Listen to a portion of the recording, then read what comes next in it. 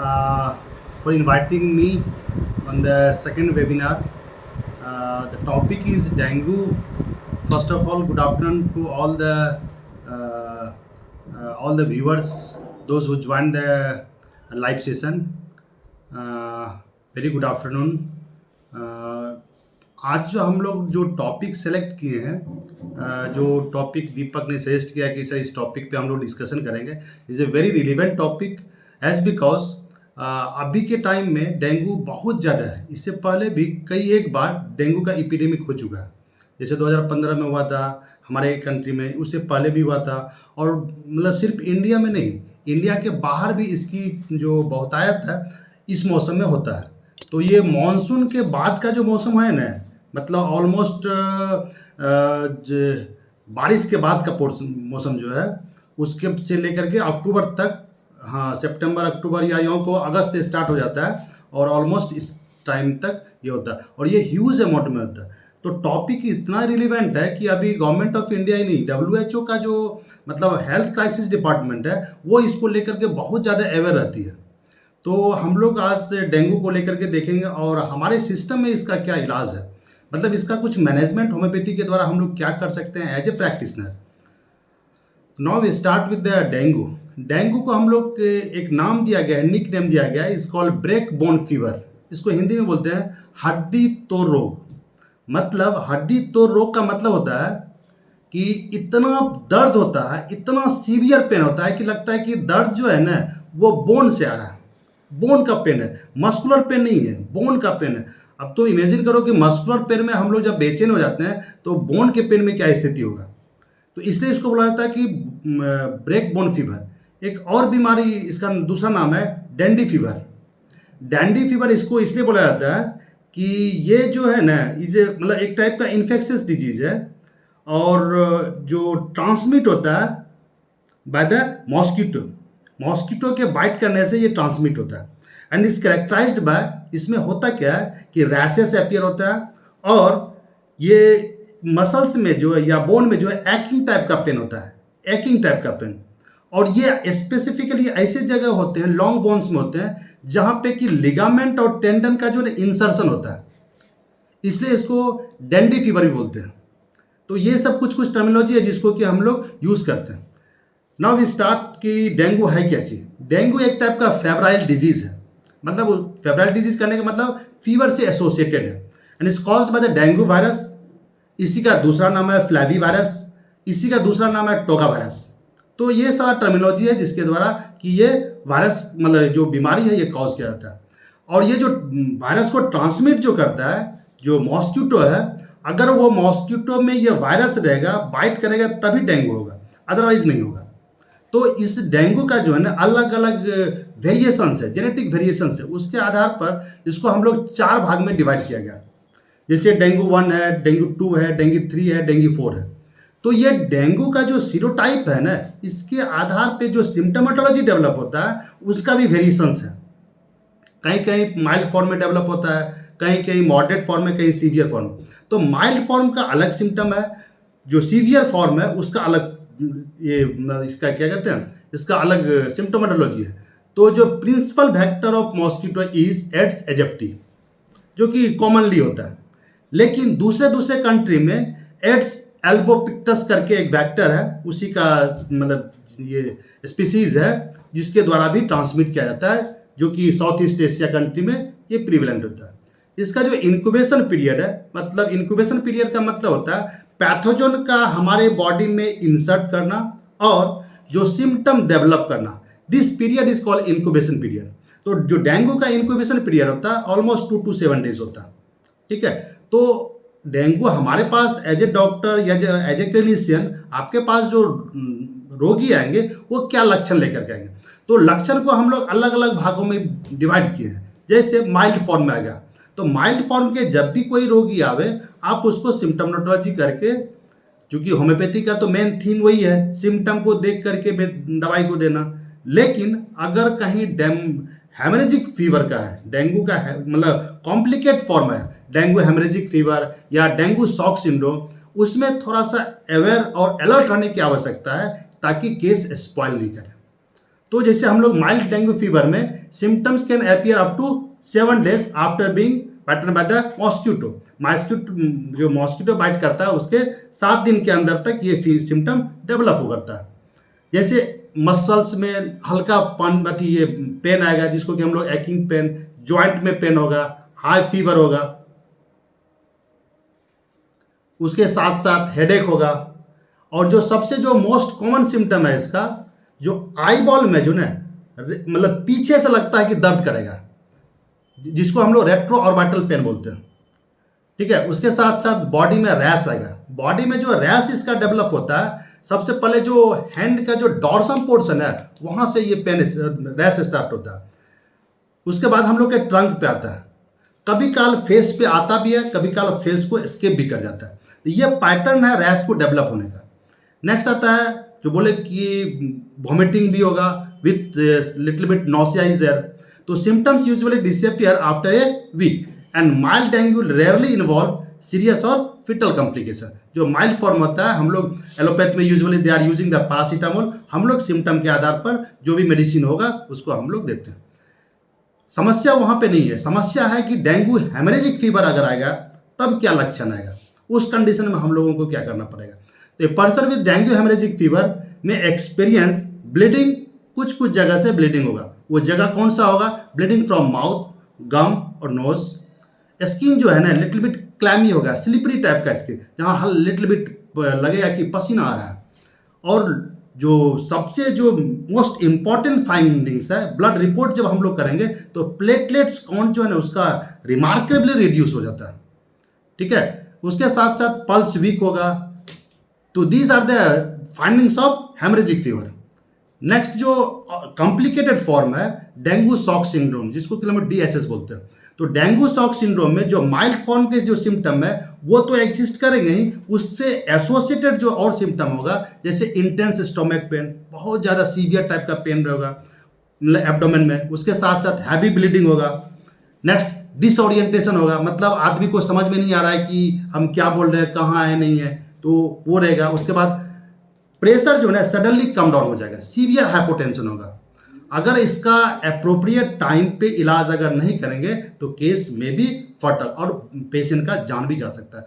तो इसलिए हम लोग को लक्षण को फाइंड आउट करना और अप्रोप्रिएट तरीके से उसका इलाज करना। अब इसके साथ साथ यूजुअली जो डेंगू में जो है बच्चे ज़्यादा परेशान रहते हैं। इसमें एडल्ट के कंपेरिजन में बच्चे को ज़्यादा ये प्रभावित करता है। इसके अलावा भी जैसे सपोज हम हेल्दी इंडिविजुअल है, तुम हेल्दी इंडिविजुअल, जो भी हेल्दी इंडिविजुअल है उसको जो डेंगू होगा, और अगर किसी को कोमॉर्बिड सिम्टम है, कोमॉर्बिड सिम्टम का मतलब है उसको पहले से अगर एसोसिएटेड कुछ सिम्टम है, सपोज कोई ओबेसिटी का पहले से ओबेस है, उसको अगर डेंगू होगा तो ये टाइप के पेशेंट में, या कोई अगर पेप्टिक अल्सर डिजीज का कोई पेशेंट है, या कोई हार्ट का कोई बीमारी है, या किसी को अगर कोई पहले से स्टेरॉइड ले रहा है, इम्यूनो कॉम्प्रोमाइज्ड कोई कंडीशन है, अगर उन सारे केसेस को अगर डेंगू होता है तो they are of more risk zone, उसको और ज़्यादा अटेंशन देने की आवश्यकता है। तो हम लोग को जो हाई रिस्क जोन में पेशेंट होगा उसको अच्छे से एक्सक्लूड करने की आवश्यकता है। नेक्स्ट कुछ हम लोग स्टैटिस्टिकल डाटा के बारे में ये जानेंगे कि ये एग्जैक्टली कितना है, कहाँ पे ज़्यादा प्रीवेलेंट है और कहाँ पे ज़्यादा है। तो ऑलमोस्ट जो डाटा गवर्नमेंट ऑफ इंडिया का जो डाटा दिया गया है वो ऑलमोस्ट सिर्फ ये इंडिया में ही नहीं, ग्लोबली ये एक हेल्थ बर्डन है। तो most part of the India are in the grip of dengue. India का तो है ही, साथ साथ बाहर का भी। Dengue epidemic have increased in extension and virulence, मतलब ये फैल भी रहा है और ये खतरनाक भी होते जा रहा है। Possibly indicating viral mutation and evolution, मतलब जो वायरस है जिसके कारण से ये हो रहा है, जैसे डेंगू 1, 2, 3, ये जो है ना म्यूटेशन के चलते ही डेवलप हो रहा है। और जैसे मान लो सपोज कोई N4 का, N3 का हम लोग अगर कुछ ट्रीटमेंट, सिम्टोमेटिक ट्रीटमेंट डेवलप भी कर लिए या जीडियस एपिडेमिकस फाइंड आउट भी करिए, अगर वो फिर से म्यूटेट करके अलग मैनिफेस्टेशन दे रहा है तो फिर हम लोग को अलग से फिर जीनस एपिडेमिकस होम्योपैथिकली निकालना पड़ेगा। इनका जो बर्डन है, several parts of India are in the grip of dengue outbreak. Dengue is endemic in 35 states and urinary territory. During 2020, about 44,585 cases were reported with 56 deaths. The cases fatality rate was 0.12%. Higher number of cases reported from Punjab, West Bengal, Kerala, Karnataka. The expansion of dengue in India has been related to, मतलब exact वो factor काम करता है कि नहीं पता नहीं, लेकिन एक एसोसिएशन दिया गया कि इन सारे कारणों से ये और ज़्यादा डेवलप हो रहा है. तो most important is unplanned urbanisation. जहाँ मन तहाँ अर्बनाइजेशन, मतलब लोग शहर की ओर जा रहे हैं, वहाँ पे रैंडमली करके जहाँ तहाँ घर बना रहे हैं. उसके बाद जो changes in environmental factor. Next is population immunological factor.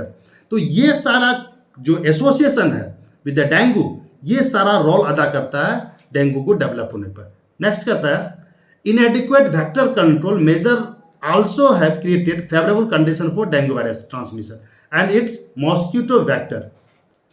अब ये तो लक्षण हुआ जो सोसाइटी में बर्डन कितना है ग्लोबली या इंडिया लेवल पे. अब इसको हम लोग फाइंड आउट कैसे करेंगे, डायग्नोज कैसे करेंगे. इंडिया में जो है, जो इंडिया के लेवल पे हम बता रहे हैं, इंडिया इज में dengue is diagnose primarily on the basis of clinical manifestation and laboratory diagnosis. जो साइन एंड सिम्टम आएगा वो तो रहेगा ही, साथ साथ लेबोरेटरी फाइंडिंग्स में. लेबोरेटरी फाइंडिंग्स में हम लोग जो टेस्ट कराते हैं, जैसे कंप्लीट ब्लड काउंट कराएंगे. सबसे पहले कंप्लीट ब्लड काउंट में प्लेटलेट्स लेट जैसे नॉर्मली होता है 1.5 to 4.5 लाख के आसपास होता है. ठीक है, अगर लेवल घट गया, मतलब किसी किसी केस में लेवल 50,000 से भी कम हो जाता है, किसी किसी केस में माइल्ड फॉर्म में 1 लाख से कम रहा है या उससे भी थोड़ा सा ये, तो इस मतलब 1.5 से अगर रिड्यूस हो रहा है और अगर हेमरेजिक कंडीशन नहीं डेवलप हुआ है तो we can control with the symptomatic. लेकिन अगर हेमरेजिक कंडीशन डेवलप हो गया है तो हम लोगों को अटेंशन और केयर की करने की आवश्यकता है उन सारे केसेस, कारण कि वो केस जो है ना रिस्क, हाई रिस्क जोन में आता है. उसके साथ साथ एक और टेस्ट है, हाँ, प्लेटलेट काउंट.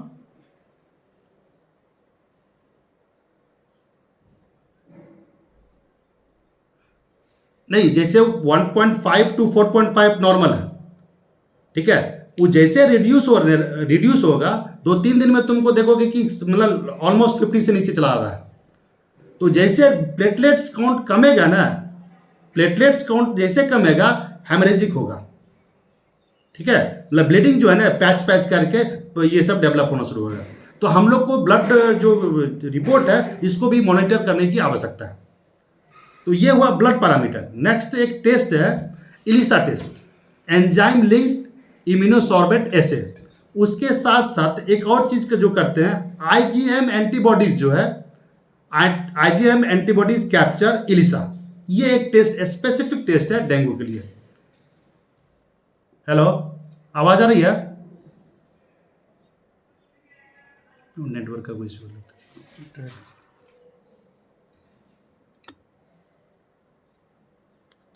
तो जो नॉर्मल पैरामीटर है 1.5 टू जो 4.5 है, अगर 1.5 से रिड्यूस होगा, अब ये इसकी सीवियरिटी जो होगी वो किस लेवल पे होगा.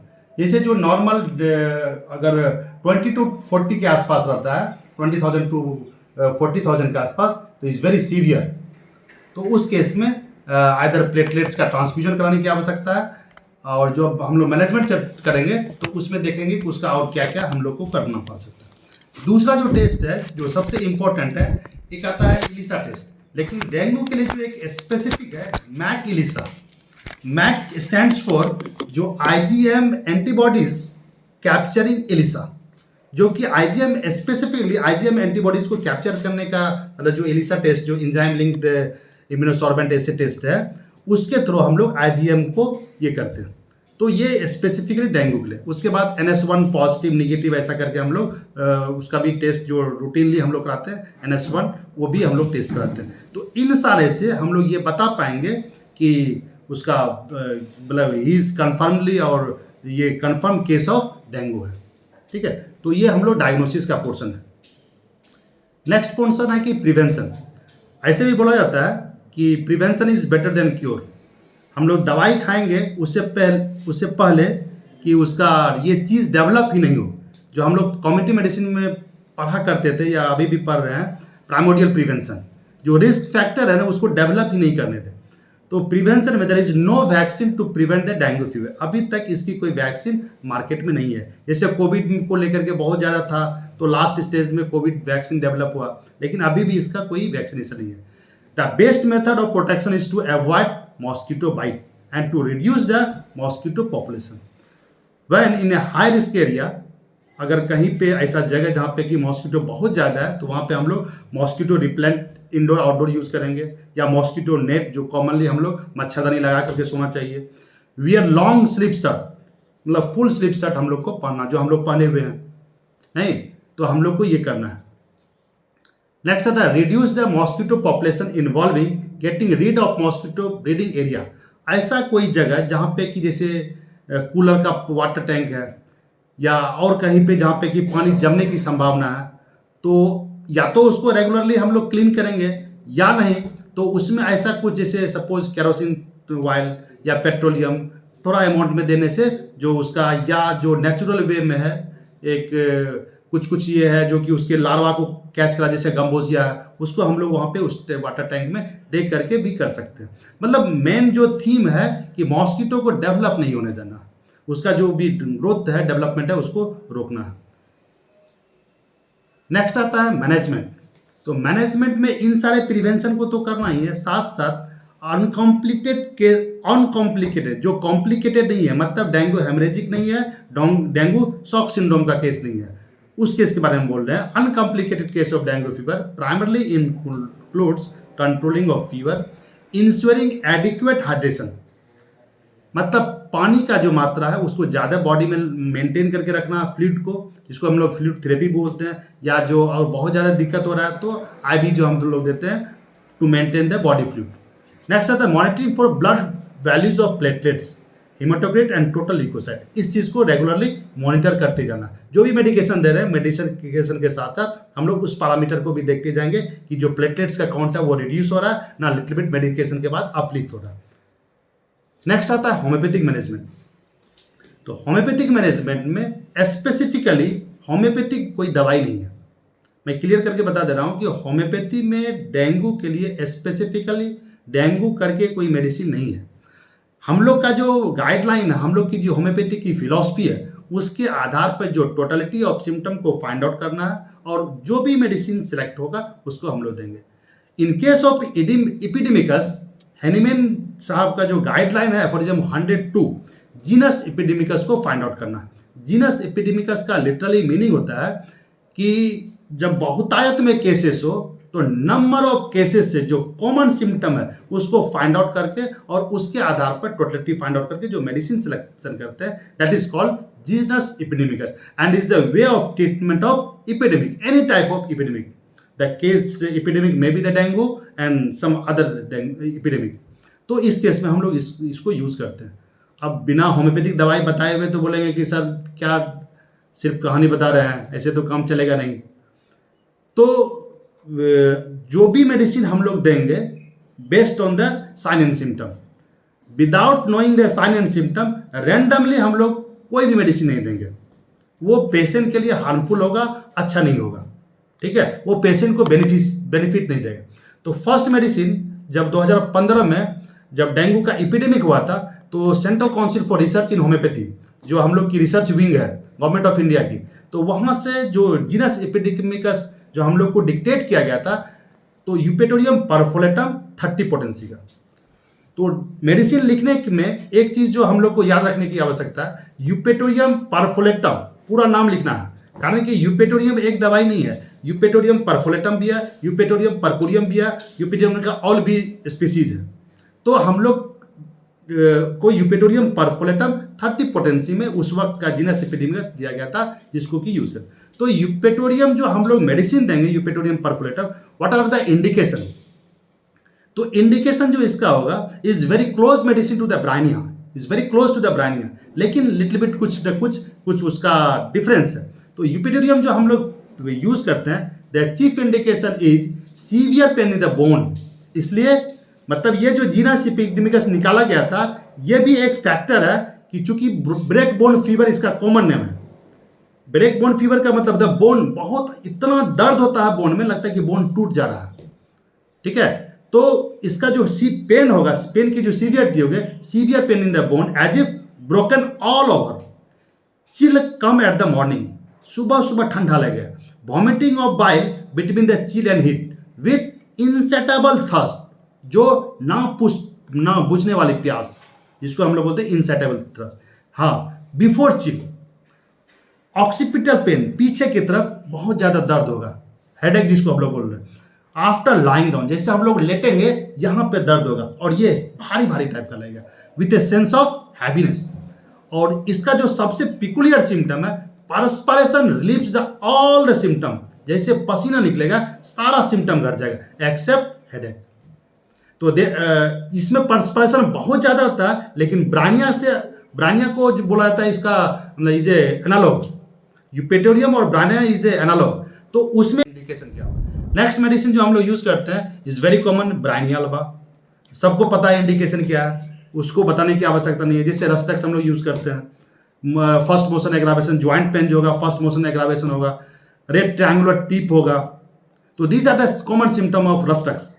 नेक्स्ट जो मेडिसिन आता है जेल्सिमियम। जेल्सिमियम में डिजीनेस, ड्रॉजीनेस इज देयर होता है, प्रोस्टेशन इज मार्क्ड होता है। These are the indication of gelsemium. फिर से लगता है एसोसिएटेड सिम्टम होगा रूमेटिज्म एंड साइटिका और constipation of children. These are the associated symptom. इसको बोला जाता है बीटर टोनिक। फीवर का जो कॉमन सिम्टम है, मुंह तीता हो जाता है, तो इसको हम लोग निक्टेंथस को बोलते हैं is a bitter tonic and expectorant. अगर कहीं सूखी खांसी हो रही है, बलगम नहीं निकल रहा है, तो हम लोग इस मेडिसिन का यूज करते हैं for expectorant and mild purgatives. In the fever there is a thirst. Fever के केस में थर्स्ट रहेगा कब? Before and during chill and bitter vomiting at the close of chilliness. So this is the indication of nyctanthes arboris. Sorry, इसके अलावा भी बहुत सारा लंबा लिस्ट है, जैसे फेरमफॉस यूज कर सकते हैं, म्यूरेटिक एसिड यूज कर सकते हैं। वन मोर मेडिसिन जो नया डिस्कवर्ड किया हुआ है, डेंगू नोसोड्स। अगर कुछ जो कॉमन मेडिसिन है जिसको हम लोग यूज करते हैं, वो अगर फेल कर जाए तो we can use the dengue nosodes too. लेकिन जो नोसोड्स हम लोग प्रिस्क्रिप्शन करेंगे, ध्यान रखने की आवश्यकता है कि उसमें हम लोग जब भी करेंगे लोअर पोटेंसी यूज नहीं करेंगे, हायर पोटेंसी यूज करेंगे, मतलब हायर देन 200 और दिस। तो ये हुआ होम्योपैथिक मैनेजमेंट। मैं फिर से रिपीट कर रहा हूं कि जब कभी भी जिस भी केस को, अगर केस डायग्नोस्ड है, पहले प्रयास कीजिए जानने के लिए कि ये डेंगू का केस है कि नहीं है। अगर डेंगू का लक्षण है तो टेस्ट करा के कंफर्म कर लीजिए, और जो साइन एंड सिम्टम है उसके आधार पर मेडिसिन दीजिए। Medicine is bound to act. Medicine काम करेगा, नहीं करने का कोई सवाल ही नहीं उठता है, बशर्ते कि जो हम लोग का केस टेकिंग का जो प्रॉपर पोर्शन है उसको आप फुलफिल करेंगे। तो this is all about the brief details of या ब्रीफिंग ऑफ डेंगू फीवर। एस्टाइटिस के केस में बहुत ज़्यादा फ्लैचुलेंस, डिस्पेप्सिया है, इंडाइजेशन है, मिल्क इंटॉलरेंस है, उसमें हम लोग केरिका पपाया यूज करते हैं। लेकिन डेंगू के केस में अगर हमको लोग मेडिसिन यूज कर रहे हैं तो that will be carica papaya folium. बहुत सारा यूज, मतलब इंसान, मतलब जो डॉक्टर है उसको आइडिया ही नहीं रहता है कि ये केरिका पपाया फोलियम और केरिका पपाया दोनों एक है ना अलग अलग है।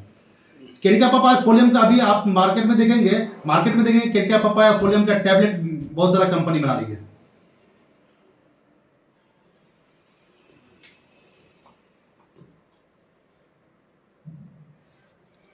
कुछ भी टिंचर यूज करो, मदर टिंचर करो, फादर टिंचर करो, ब्रदर टिंचर, जो यूज करना है करो विद द इंडिकेशन।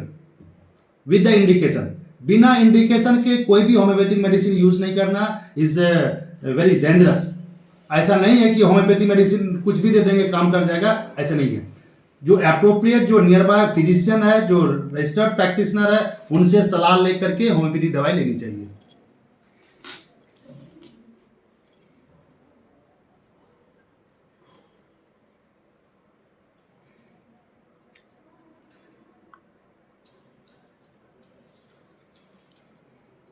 कॉम्प्लिकेशन आ ही सकता है।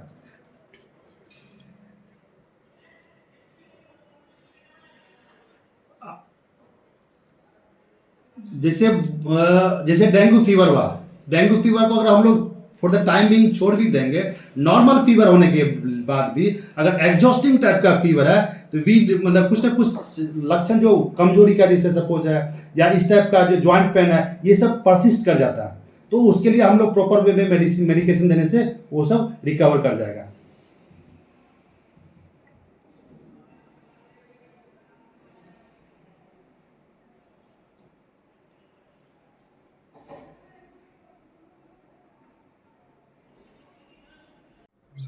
होम्योपैथी फार्मेसी की विशेष जानकारी के लिए, इसको कंटिन्यूअस वे में सीखने के लिए, लर्निंग करने के लिए आप हमारे पेज दृष्टि होम्योपैथी क्लासेस को रेगुलर देखिए, उसको वॉच कीजिए और उसको अंडरस्टैंडिंग में अगर कुछ दिक्कत हो रहा है तो उसमें कमेंट कीजिए, सब्सक्राइब कीजिए, शेयर कीजिए, लाइक कीजिए और इसको जितनी अच्छे तरीके से हो सके इसको पढ़ने समझने का प्रयास कीजिए। Thank you.